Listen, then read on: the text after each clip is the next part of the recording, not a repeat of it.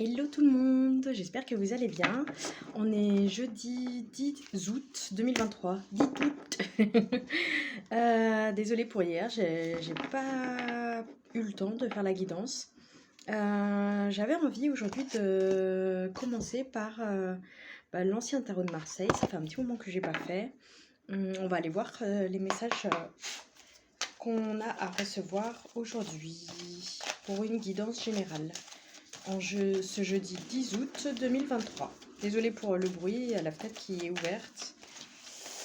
Je me concentre. Voir s'il y a des messages. Un ou plusieurs. On va voir ce qui vient. Ah, le 3 d'épée. Donc ce qui est de l'ordre de la déception, de la tristesse, mais de la catharsis aussi, de partager avec les autres son malheur et en fait d'en faire quelque chose, de l'exprimer, de le verbaliser, de le faire sortir. Une espèce d'énergie, un peu de tristesse, de deuil, de déception. Ah, le pape. Donc une espèce de sagesse et peut-être faire de choses comme ça, de la expérience humaine avec ses douleurs, ses lourdeurs, les choses qui plombent. Une alchimie pour en faire quelque chose avec du savoir, le transformer en une espèce de résilience. L'ermite, donc peut-être prendre un temps de repos, d'introspection et de s'éclairer de sa lanterne, aller voir à l'intérieur en fait. Mettre la lumière sur nos parts un peu d'obscurité. Le valet d'épée, je crois que c'est quelqu'un de plutôt intelligent, rusé, dans le domaine de l'apprentissage. Et le 7 de bâton, alors ça je ne me rappelle plus exactement, je dirais peut-être une espèce de compétition mais plutôt saine, on ira voir. Et on va aller voir la dernière carte qui clôture le tirage là sur l'ancien tarot de Marseille. Avec un 3 d'épée, donc tristesse, le pape, une espèce de sagesse, sagesse de tous les temps, quoi, éternelle. Mentor, ermite, donc aller voir à l'intérieur de soi. Et le 4 de coupe. Bon, allez voir tout ça. Je crois que c'est de la pauvreté. Non, en fait, je me rappelle plus. C'est une espèce de. On voit pas que.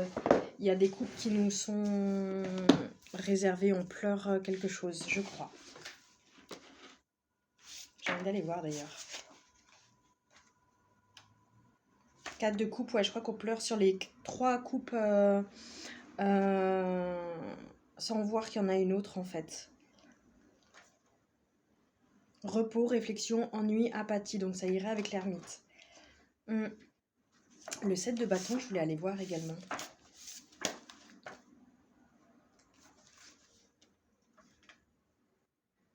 Ah, une espèce de courage, défensif, puissance, entêtement. On essaye de... Ouais, une espèce de... Comment on dit? De force en soi, quoi. Une espèce de résilience. La vie est plus forte. L'amour, la vie, l'énergie est plus forte que le désespoir, que le deuil, que voilà. Une espèce de combat ombre-lumière. Voilà ce que je peux retirer comme énergie. Le 3 d'épée, donc une espèce de tristesse, deuil, déception, mais en même temps catharsis. Le pape, je vais aller voir ce que ça dit.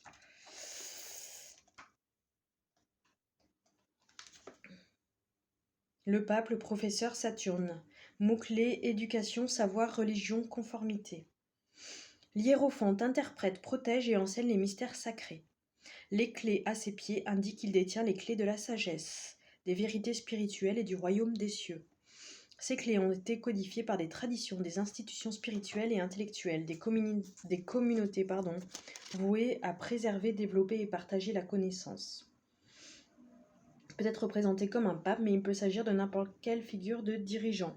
Ah mince, je voulais mettre la carte. Pardon. L'hiérophante, celui qui initie à la sainteté. Si vous avez tiré l'hiérophante pour vous, vous servez de repère moral à autrui. Votre intellect, votre tradition et votre savoir jettent un pont entre le ciel et la terre. Ces qualités rappellent à votre entourage l'unité du terrestre et du divin, l'unité des âmes et des corps. Cette carte fait le lien entre les mondes spirituels et matériels par sa bénédiction, par exemple de mariage ou pour les derniers sacrements, et initie ses étudiants et ses partisans au divin. Donc peut-être une espèce d'initiation aussi qui a annoncé. Je suis à un croisement, qu'ai-je besoin de savoir avant de passer à l'étape suivante? L'apparition du pape, en réponse à cette question, vous encourage à consulter un mentor universitaire, un religieux, un professionnel, ou à vous rendre à une institution en faveur de l'apprentissage pour le développement personnel. Plutôt que de vous appuyer sur la spéculation ou l'intuition pure, il est temps d'apprendre des faits, d'acquérir des compétences et d'être versé dans une tradition. Prenez conscience de votre rapport à la conformité, mais surtout instaurez une relation de mentor à apprenti au sein d'une tradition spirituelle ou d'une institution académique. Dans l'immédiat, un chemin conventionnel vous portera dans la bonne direction. L'ermite, on va aller voir ce qu'il dit. Donc là, ça appelle un peu à peut-être être dans l'apprentissage de choses, peut-être du reiki, de sophrologie, de communication non violente, de choses, voilà, c'est ça, les choses qui me viennent. Comment intéresser mes élèves en décrochage? L'ermite.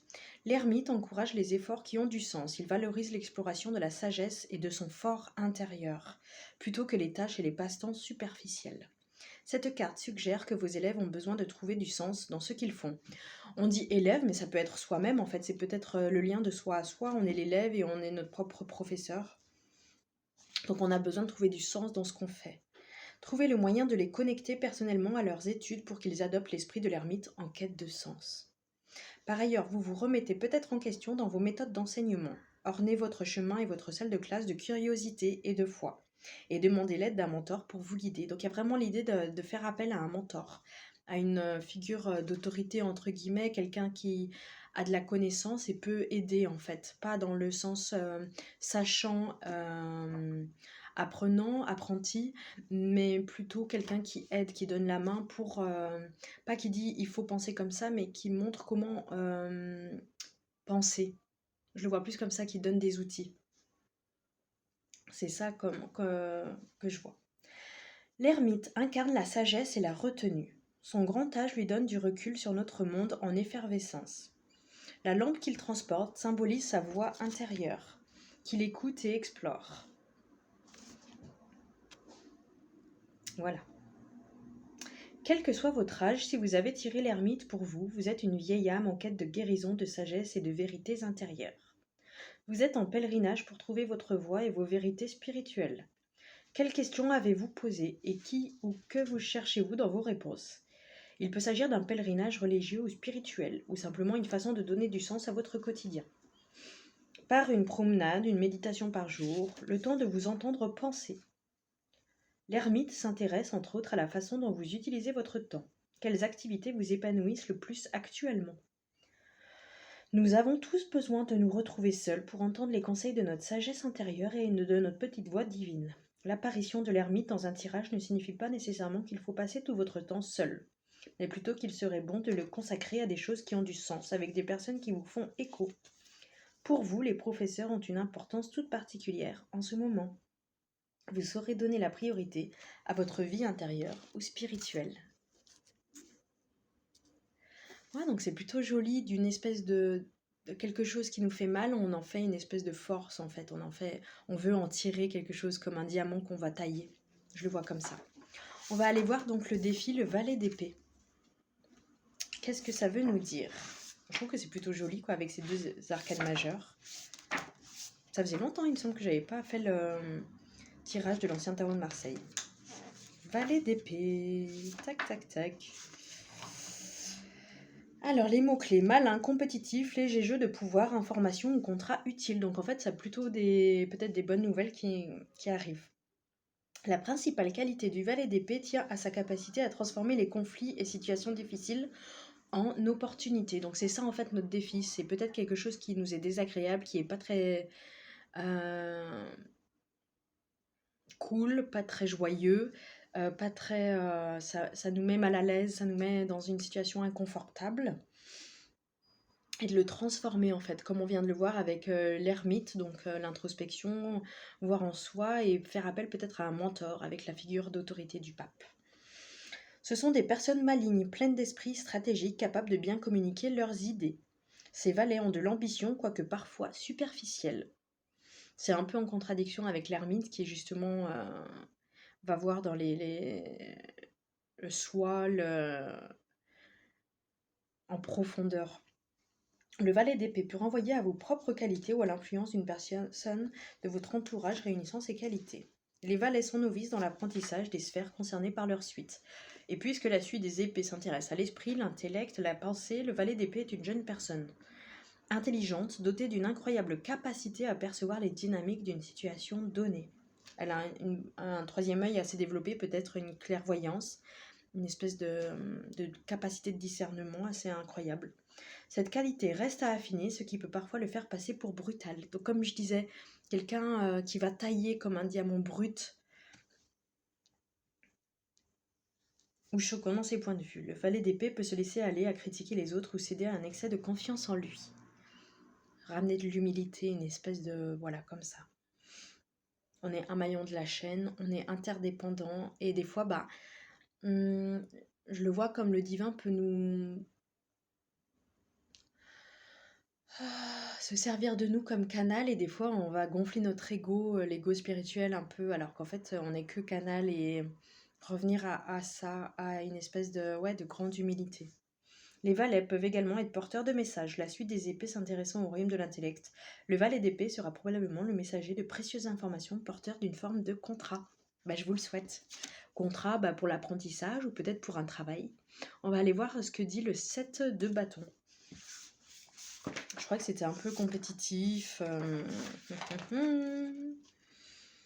Le personnage occupe physiquement une position de supériorité. Il peut soit lutter, soit fuir, or son choix se porte sur le combat.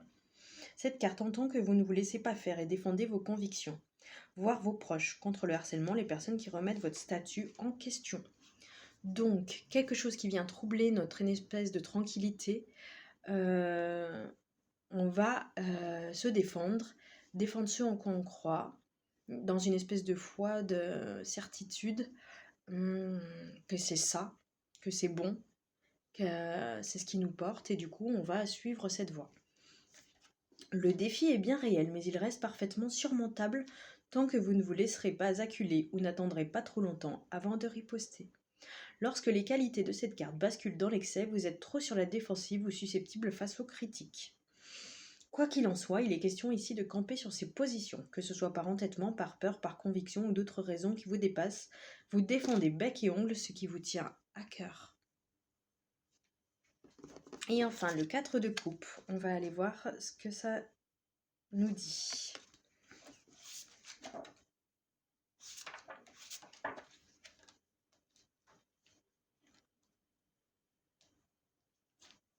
Repos, réflexion, ennui, apathie. Donc en fait, ça rejoint un peu l'ermite.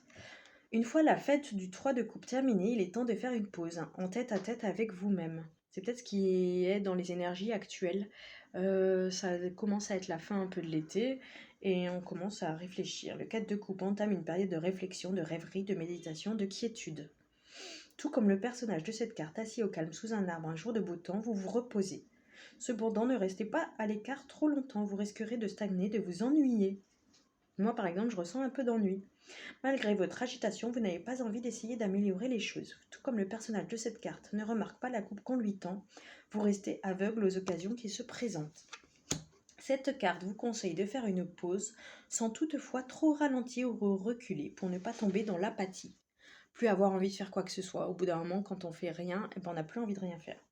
Sinon, vous auriez besoin d'un réveil brutal pour revenir au présent, comme le suggérera le 5 de coupe. Donc, c'est chouette ce moment de repos, de réflexion, mais gare à ne pas trop tomber dans l'apathie, dans le confort qui devient inconfortable. J'ai envie d'aller voir maintenant, ça fait un moment, un message de l'oracle Tchékoli pour compléter le tirage là qu'on vient de faire sur l'ancien tarot de Marseille.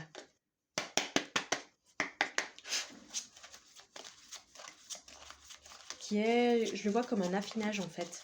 comme une... Pour moi, je vois la vie comme un cycle. En fait, je ne le vois pas comme quelque chose de linéaire, je le vois comme un cycle et qu'on vient tout le temps affiner en fait ce qu'on doit travailler. 29, la curiosité. On va aller voir avec ce Pinocchio là qui vient sous la jupe de la jeune fille. Et du coup, je le vois comme quelque chose comme ça, de venir toujours plus en profondeur, voir ce qui est en nous, et ça demande une grande humilité et pas tomber dans l'apathie, pas se perdre, pas rester perché, quoi. Rester quand même ancré, bien dans la terre. Une curiosité saine est une bonne chose. C'est ce qui incite à l'exploration et l'inventivité. Donc c'est cool d'être curieux envers soi-même, envers ce qui nous traverse, les émotions. Le désir d'élargir votre champ de connaissances vous permet de rester enthousiaste et de vous intéresser au monde. Et là, c'était ce qui était appelé avec l'ermite et surtout le pape aller voir un mentor dans l'apprentissage, le valet d'épée, défendre ses convictions. Mais lorsqu'il s'agit de curiosité à l'égard de la vie privée d'autres personnes, réfléchissez à ce que vous avez vraiment besoin de savoir. N'essayez pas d'obtenir des informations que vous ne demanderiez pas personnellement. Évaluez ce que vous révélez sur votre vie privée aux personnes trop curieuses et réduisez vos informations si nécessaire. Affirmation positive.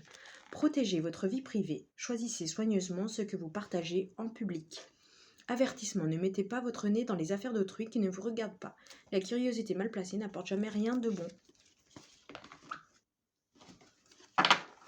J'ai envie d'aller en tirer une seconde. Donc c'est une mise en garde, quelque part, je trouve cette carte. Entre ne soyez pas trop curieux et n'en dites pas trop non plus. Ah, la 28.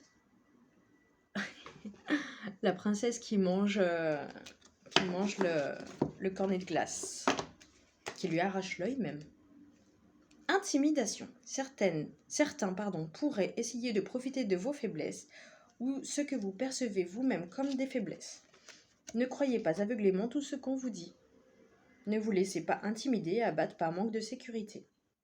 Défendez ce que vous êtes et ce en quoi vous croyez.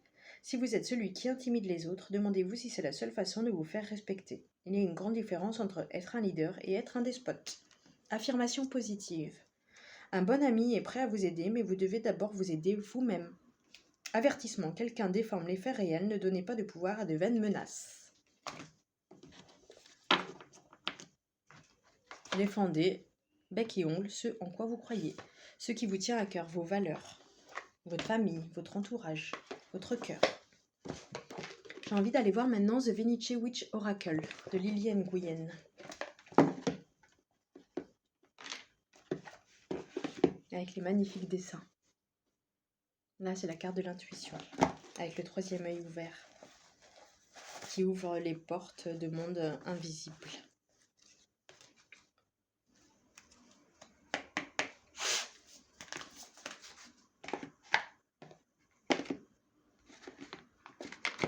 Je vais y arriver. Hop, voilà.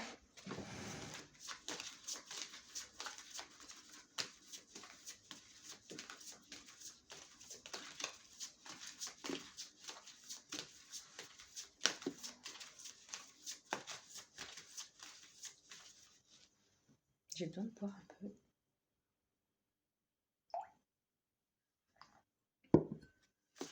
Je sais pas, mais en ce moment, j'ai la gorge qui est toujours comme ça.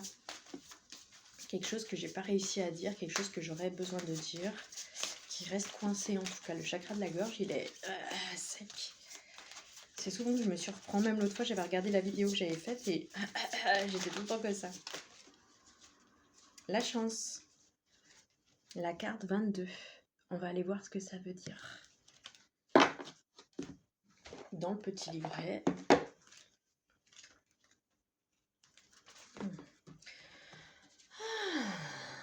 Tenez-vous prêt, car vous pourriez bien recevoir un petit coup de pouce de l'univers. Saisissez cette opportunité car vous l'avez provoquée, grâce à votre travail et à vos pensées et actions positives. Comme un cadeau tombé du ciel, alors ouvrez grand vos trois yeux. Vos trois yeux, comme on avait vu ici. En gros, vous avez bien travaillé, c'est le moment de récolter ce que vous avez semé, d'une certaine manière. Ouais, c'est plutôt joli, c'est plutôt encourageant. Voilà, c'est comme je le vois. Est-ce qu'on n'irait pas voir un message de l'oracle de Béline ? ou plutôt un message de ton âme, de Charlotte Dance. Et ensuite, on ira voir le Béline.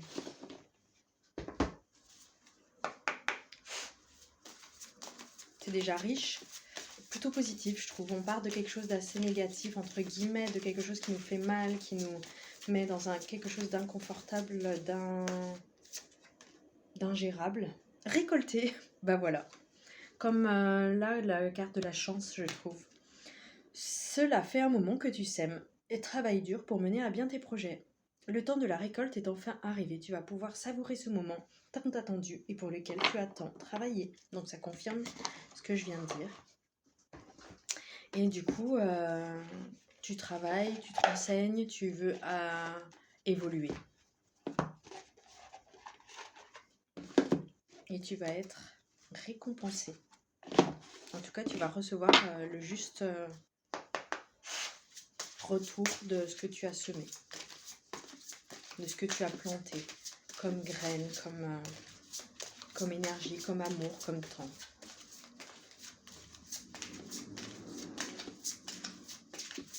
À toi d'être prêt à le recevoir, à l'accueillir. Et de pas trop en dire. Je le vois comme ça. Et de pas te laisser intimider. Rester dans ta sécurité. Le retard. Tu as peut-être l'impression que ça prend du temps.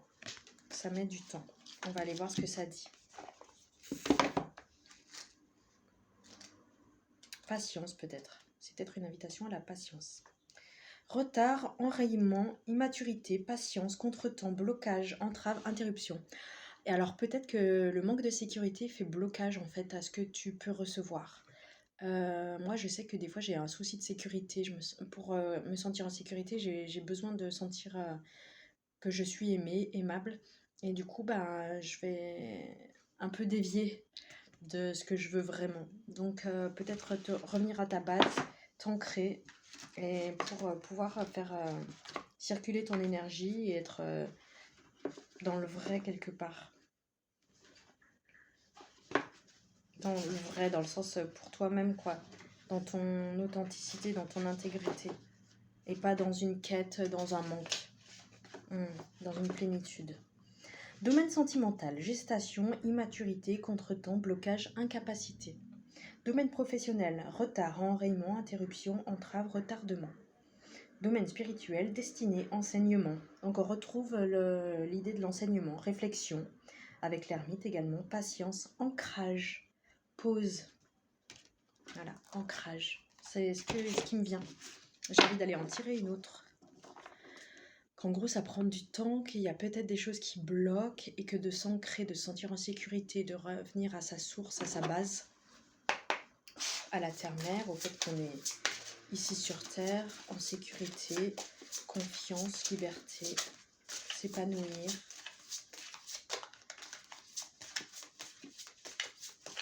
Se réaliser, rayonner, récolter. Pour récolter, il faut pouvoir accueillir, il faut pouvoir recevoir. Et pour pouvoir recevoir, il faut être un réceptacle vide de tout blocage, de tout nœud. Ça me fait du bien rien d'en parler. Je sens des nœuds se dénouer dans mon ventre. Des nœuds de colère, des nœuds d'injustice, d'incompréhension, d'insécurité, d'abandon, de rejet. Les ennemis. Oh, elle est belle cette carte avec le serpent autour d'une épée rouge comme ça. Un peu apocalyptique. On va aller voir ce que ça veut dire.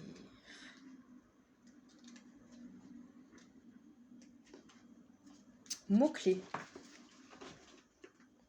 Traîtrise, malveillance, manipulation. On en revient un peu à l'intimidation. Mauvais entourage, jalousie, mensonge, diffamation, mauvais conseiller.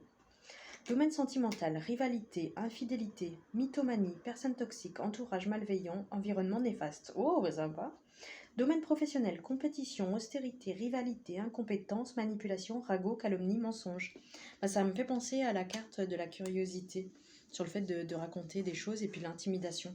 Domaine spirituel, dépression, peut-être d'attendre, de pas trop savoir, opportunisme, jalousie, manipulateur, absence de discernement, obscurantisme. Faire attention où on met les pieds et le faire avec amour et discernement. Pas faire n'importe quoi. Oh, l'amour. C'est beau. Et si on pouvait emmener un peu d'amour dans cette situation, ça serait pas mal, parce que là, c'est assez dur quand même. Le retard, bon, ça parle d'enseignement, mais alors l'ennemi, bon, la chance est récoltée, on a quand même. Mais là, ouais, les ennemis, ça me fait penser aux cartes du tirage de l'oracle de Tchécoli, à la curiosité, à l'intimidation. La chance avec récolté, le retard avec le fait que ça prenne du temps. L'enseignement, faut s'armer de patience. On va aller voir un message de l'oracle de Gaïa. Et je pense que je m'arrêterai là à ce moment-là. Un peu dur là, être vigilant. Comme je disais, quand on n'est pas en sécurité, on peut être son propre ennemi quelque part. On peut se manipuler dans le sens avoir tellement besoin que en fait on s'écoute pas vraiment, on se trahit. Puis on manipule les autres en fait, comme on a besoin d'amour, on devient gentil, on ne dit pas non, on s'affirme pas et en fait ça va à l'encontre de ce qu'on veut vraiment, de qui on est vraiment, quelque part. Après il n'y a pas de jugement, on fait au mieux pour que ça soit le moins douloureux possible, que ça soit vivable. C'est peut-être des schémas qu'on a ancrés depuis petit et qui ne fonctionnent plus, dont on doit se défaire, se délester et que ça prend du temps. C'est peut-être ça en fait. C'est peut-être le fait qu'on n'ait pas assez de sécurité intérieure. On s'entoure de mauvaises personnes, des gens qui vont nous conseiller mais que ça ne sera pas des bons conseillers en fait, et qu'on va laisser entrer le doute, un peu comme la pomme, comme si elle mangeait la pomme dans le jardin d'Éden. Et en fait pour moi c'est le doute qui s'insinue en soi, alors que Dieu c'est la confiance, c'est la foi, c'est l'amour. Et le doute c'est la peur, et du coup on laisse rentrer les ennemis avec de la curiosité, des gens qui donnent leurs avis et qui vont venir dans notre regarder en soi, alors que tout est déjà là, tout est ok. La paix, dissolution des pensées négatives, voilà, notamment sur soi, sur le fait qu'on n'est pas en sécurité, qu'on mérite pas la sécurité, peut-être l'amour, la sécurité affective par exemple, sécurité matérielle. Alors c'est la carte 26. La paix. Il ne sert à rien de se soucier de choses qui sont hors de notre portée. Elle est belle. S'inquiéter n'aide pas, ne résout rien et rend souvent au contraire les choses pires qu'elles ne sont. Ça me fait penser à ce que mon mère disait quand j'ai travaillé en tant que secrétaire de mairie et qui me disait la peur n'évite pas le danger. Ça m'avait fait rire sur le coup, mais maintenant je la trouve pleine de bon sens. C'est pas parce qu'on va s'inquiéter que ça va éviter ce qui va se passer. C'est comme si on avait une pensée magique, or on n'est pas magicien. Et on pense à beaucoup de choses qui ne se réalisent pas forcément, donc la vie est ainsi faite qu'il y a toujours de quoi être préoccupé. Pourtant, il est vital pour votre bien-être et celui de ceux qui vous entourent d'apprendre à gérer les choses de la manière la plus positive possible. Afin de stopper le cercle vicieux des pensées négatives et perturbantes, vous devez vous entraîner à vous concentrer sur l'aspect positif des choses. Ah le camion il est d'accord. Dans le sens où plutôt que de s'inquiéter, on attire un peu des choses pas très saines. Alors que si on essaye de faire confiance, après, là c'est de la théorie, hein. En pratique, moi-même j'ai du mal. Venir apprivoiser un peu ces doutes, ces peurs existentielles. Ramenez votre conscience à l'intérieur de vous. Imaginez-vous entouré d'amour et de lumière. Laissez la lumière universelle de l'amour remplir votre cœur et votre esprit. Imaginez que vos pensées se dissolvent et s'éloignent en flottant dans l'espace. Votre esprit est en paix, aussi clair qu'un ciel d'été. C'est beau. Concentrez-vous pour tout ce qui va bien dans votre vie et remerciez la Terre-Mère et l'univers pour leurs bienfaits. Affirmation positive. Alors ça j'adore. J'ai confiance dans le pouvoir de l'amour, j'ai confiance dans l'ordre des choses. Mon esprit est semblable à un ciel d'été, mon cœur est rempli d'amour. Tout sur cette terre baigne dans un océan d'amour.